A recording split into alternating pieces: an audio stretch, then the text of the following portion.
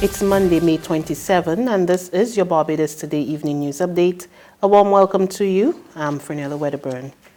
21-year-old Stefan Akil Graves was today remanded to HMP Dodds, charged with the murder of his father. He is accused of killing Cleophas Maynard of Orange Hill, St. James, last Tuesday. Graves, who appeared in the Whole Town Magistrates Court, is also charged with wounding with intent to maim, disfigure or disable or to cause other serious bodily harm to Shane Lowe at Deanstown, St. James. Graves is scheduled to appear in court on June 24. The National Union of Public Workers has summoned the senior public servants to a meeting at its Dalkeith Road, St. Michael headquarters at 10 a.m. tomorrow. Acting Deputy General Secretary of the NUPW, Wayne Waldron, tells Barbados Today the meeting is seeking to bring together senior and middle management staff within the public service and statutory boards, which includes permanent secretaries, as well as administrative and senior technical officers. We were discussing normal issues, matters relating to terms and conditions of service, issues relating to the public service, the establishment of a new committee of management, and election of councillors, and any other business within scope, all the other issues workers who want to raise. The University of the West Indies is set to roll out a new unit to help address deviance and poor academic performance among the island's school children. Word of this from Principal of the Caville campus, Professor Udin Barito, as the campus broke ground for the construction of a new hall of residence today.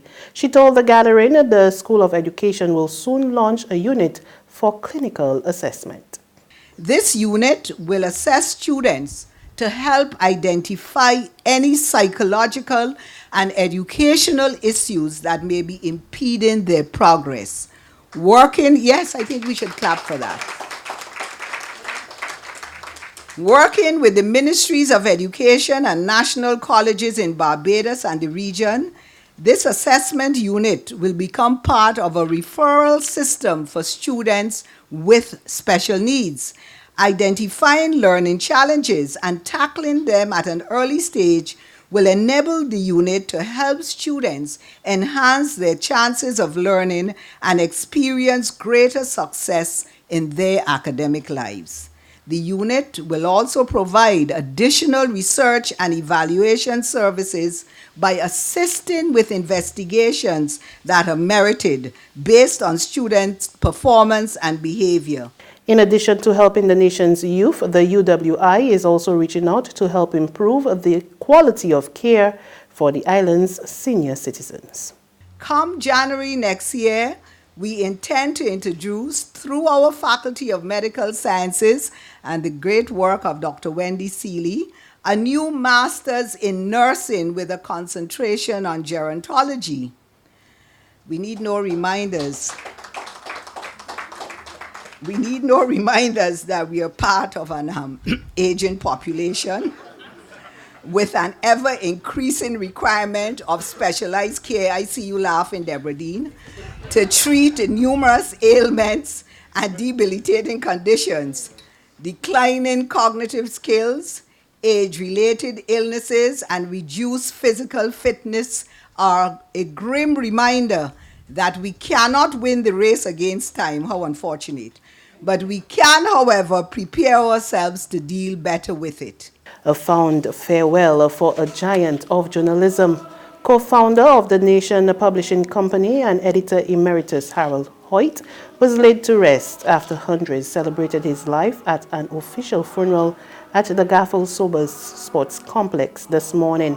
Hundreds joined the family, friends, dignitaries, and the media fraternity to pay tribute to the man who was hailed for his excellence, integrity, and tenacity.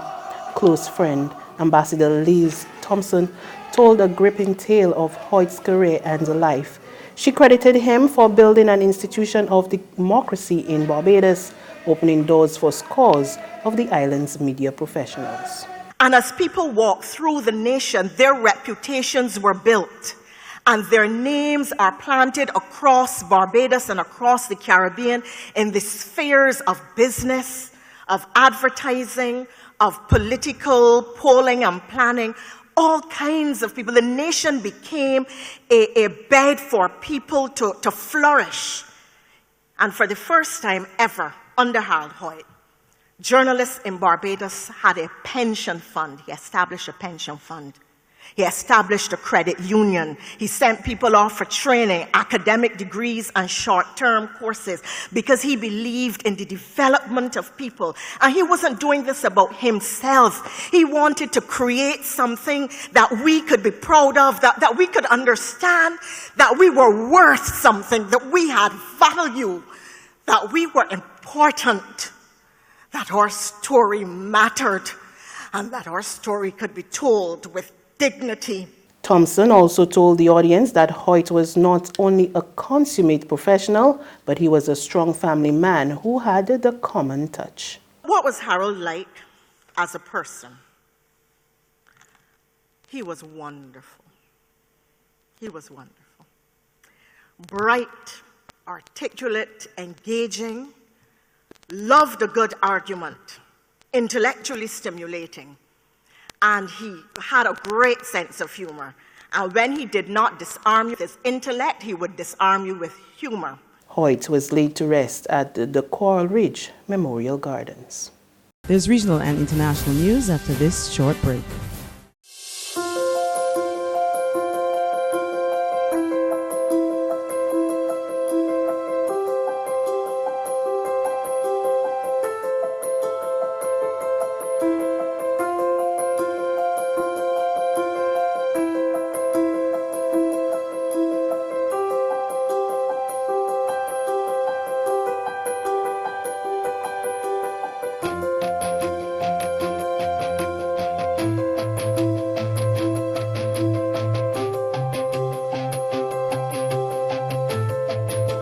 Barbados Today, news you can trust.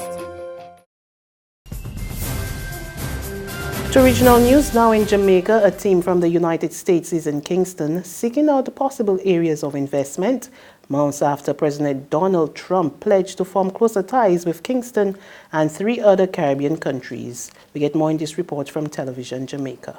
President Trump was clear when he invited the leaders of Jamaica, Haiti, Dominican Republic, St. Lucia, as well as the Bahamas, to be able to come together and understand their common concerns and the opportunities that we have together.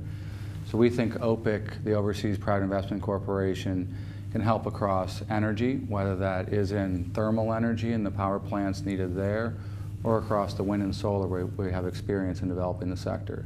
So we think it's a range of opportunities across the full spectrum of energy that could help for energy independence for Jamaica. As for Jamaica, the Overseas Private Investment Corporation, OPIC, has a special interest in the energy sector, with pledges to play a greater role in filling the gap that Venezuela has left vacant. And further afield, Austrian Conservative Chancellor Sebastian Kurz suffered the biggest setback of his career today as Parliament voted his government out of office in the wake of a video sting that blew up his coalition with the far right.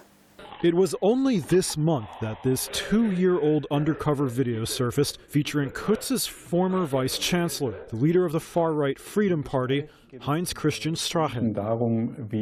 The apparent corruption sting pinned Strache with discussing how to fix government contracts to curry political and financial favors. The Vice-Chancellor's resignation and Kurz's decision to scrap his alliance with the Freedom Party altogether brought Austria to this point. And that's news, but for the very latest, visit our website at www.barbadostoday.bb. You can also subscribe to our e-paper, email updates, or like us on Facebook, and sign up for our breaking news alerts via WhatsApp. We're also on Izumi Media and bus terminals, as well as screenplay at supermarkets and gas stations near you. And you can also hear us on Mix 96.9 FM and Capital Media HD 99.3 FM. I'm Fernella Wedderburn. Good evening.